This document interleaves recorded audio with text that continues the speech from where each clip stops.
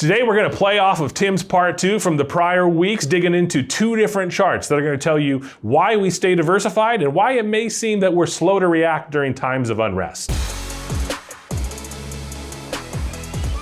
In the past 2 commentaries with Tim, he went over why folks have biases and some of the 24 market reactions to them, along with 2 outlooks for 2025 with known economists that we follow. So today we're going to dig into the second part of Tim's commentary, which was the 2 different viewpoints for 2025 and why it may seem that maybe at times we're slow to react to changing economic tides, or why we diversify, right? And why that may seem at times to not be the best model, but in reality it is, and it gets you to your goals. So today I'm going to share with you 2 different charts that are going to address those 2 differing economic outlooks that each of the economists had for 2025 and why one of them's going to be wrong. I know they're human, it's amazing, sometimes we're wrong, but let's dig into those charts now.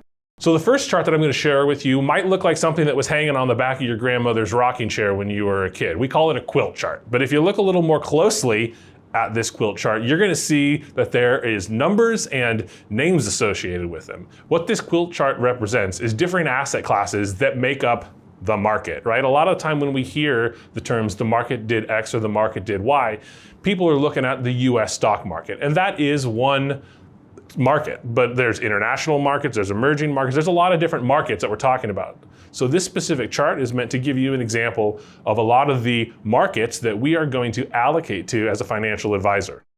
I think what you're going to notice is that at the end of the day, some of the top markets in one year are some of the lower markets or sectors in another year, right? That's going to play into valuation. That sector might be overvalued and it might have had a really nice run up in the markets, contributing to double-digit growth one year, which means it might not be in favor the following year. But what I think is important to note is that in the middle, you're going to see a white box, and that's going to say a moderate benchmark. That's a diversified portfolio. While it might not be the most exciting spot because it's not at the very top, it is the one that's going to smooth out the ride for you, to give you that income that you need during retirement. What we are trying to do is create a portfolio that is going to be a tenable ride for you, that's going to align with the risk tolerance that you have, but also provide you the income that you need to get to and through retirement. The reason why we diversify, as you can see, right, if we're just going all in on commodities or all in growth, some years we're going to be high performers, some years we're going to be low performers, and there's going to be certain asset classes that are consistently in the top quartile and consistently in the bottom quartile. And that's because they're either a high equity growth strategy or they're a fixed income strategy. They both serve purposes in a portfolio.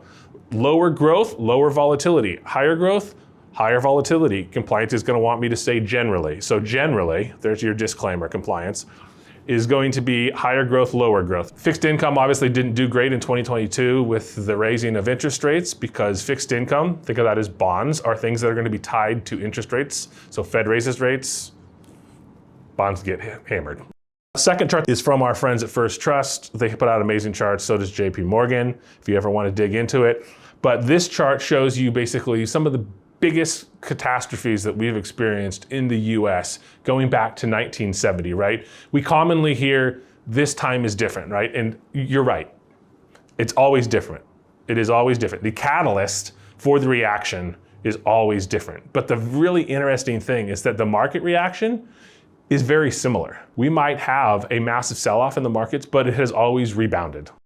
I mean, we look at some of these things here, and again, this starts all the way going back to the invasion of Cambodia, the Iraq invades Kuwait, the 9/11 terrorist attacks, the Lehman Brothers collapse in 2008, one of the worst periods of time since the 30s and the Great Depression, and then COVID, when we had a 33% drop, all to then rebound out of it at an incredibly fast clip. If you're sitting here saying this time is different, I want you to know that it's very likely not different.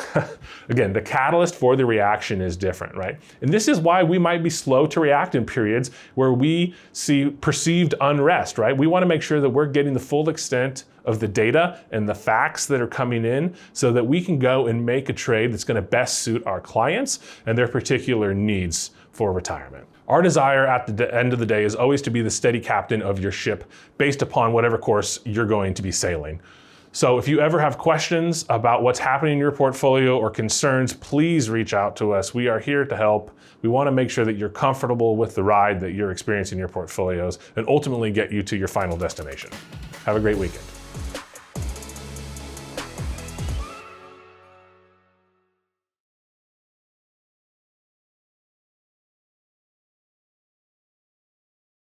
10 Capital is a group comprised of investment professionals registered with Hightower Advisors.